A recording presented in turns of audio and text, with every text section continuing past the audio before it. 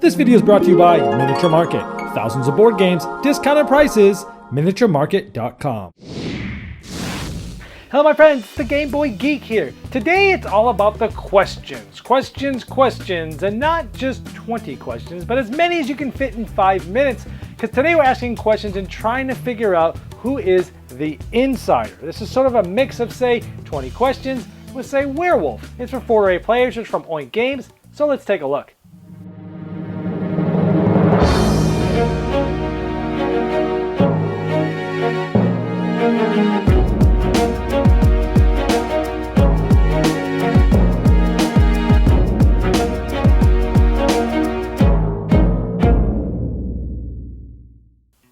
Now the insiders played pretty quickly. At the beginning of each round, you're going to get a roll card. It will be secret, but I have them face up so you can see them. There's essentially 2 teams in this game.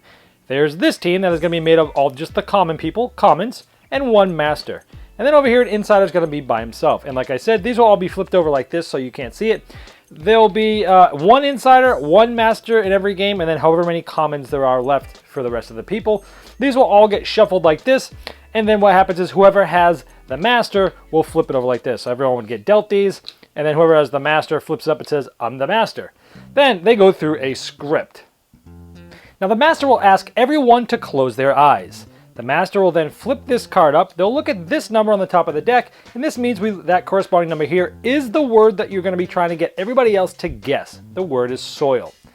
They then will close their own eyes and then ask whoever was given secretly the insider to open their eyes. So nobody knows who the insider is, but the insider also knows that the secret word is soil for this round. The master will then ask the insider to close their eyes after about 5 seconds, and the master will place this back and go like this. Then the game will start. I'll ask everyone to open their eyes, and this 5-minute timer will start. Then everybody, the commons and the insider, will just start asking the master questions. You know, is it something man-made? Is it bigger than a car? Is it smaller than a fist? Is it metal? Is it wood? You're just gonna start asking all these questions, rambling them off. Anybody can say them anytime, and the master just has to say yes, no, or I don't know. Those are only 3 answers. Now what's happening is everyone is trying to get this word right, because at the end of this 5 minutes, if they did not guess it right, everybody loses. If at the end or before the 5 minutes is over, someone says, is it soil? And they say yes, then great. We then take the timer and wherever it was, we would flip back over because that's how much time you have left. Everyone's going to discuss who they think the insider is, and more specifically, the player that guessed it. Do you think that player is the insider? People will talk. They'll have up until the timer's flipped over again as to how much time's left. And they'll decide.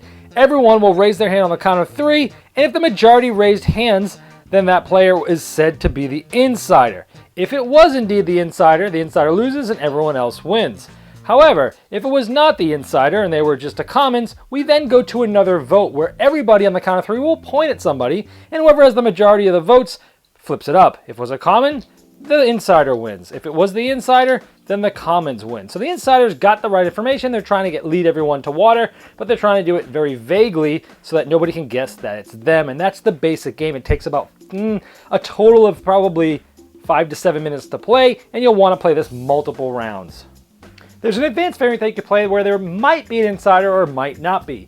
You start with the same amount of roll cards as there are normal for the normal amount of players. This would be 1, 2, 3, 4, 5 players. The master is separated. Then all of these would get shuffled like normal, and then you would take one of these and you would basically take another normal commoner tile and you would swap it. So you would take one of these and you'd swap it in the middle of the table.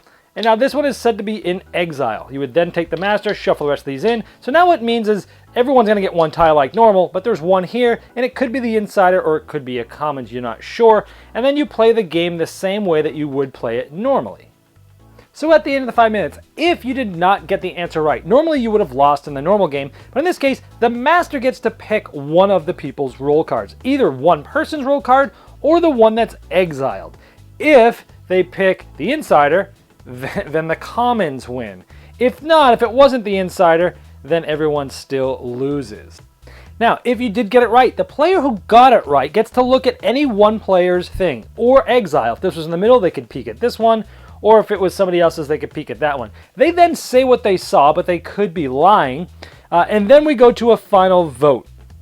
And during the normal vote, on the count of 3, everyone will point at somebody. You can point at the exile. If everyone points at the exile tile and it really is the insider, everyone wins.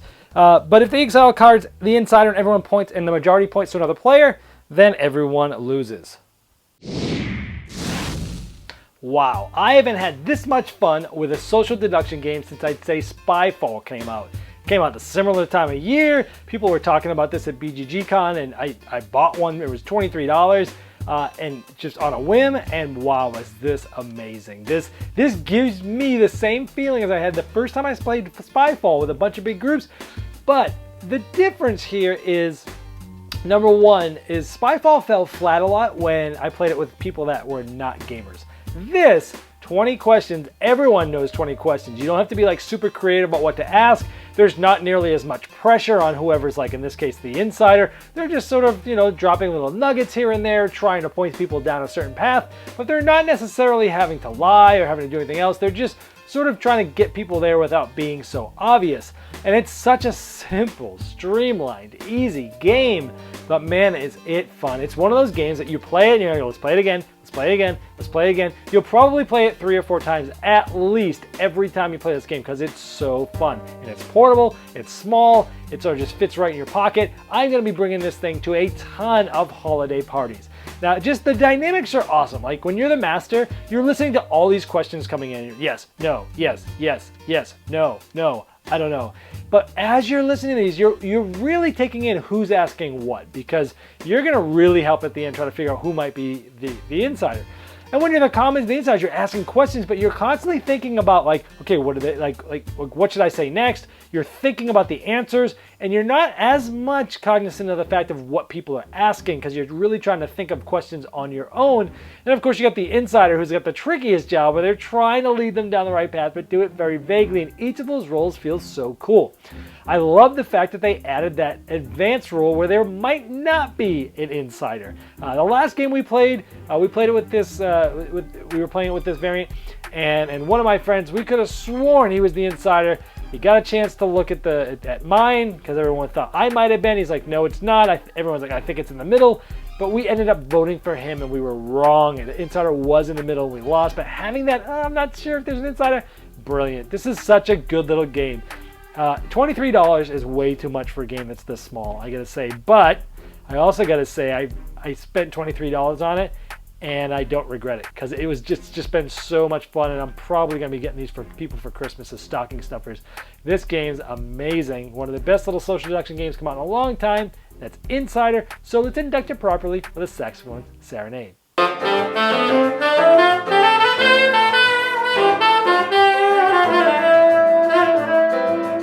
This video was sponsored by Miniature Market's Review Corner. The Review Corner features podcasts, video, and written game reviews by gamers for gamers. Miniature Market, the online gaming superstore. Thousands of board games, discounted prices. Check them out at miniaturemarket.com. I'd like to thank each and every one of you for backing me on Kickstarter and making this season become a reality. I'd like to especially thank those here that have backed me at the credit level. Now, these video reviews are also available by audio on our podcast. It's the intros and the final thoughts on GameBoyGeek.com. Click podcast.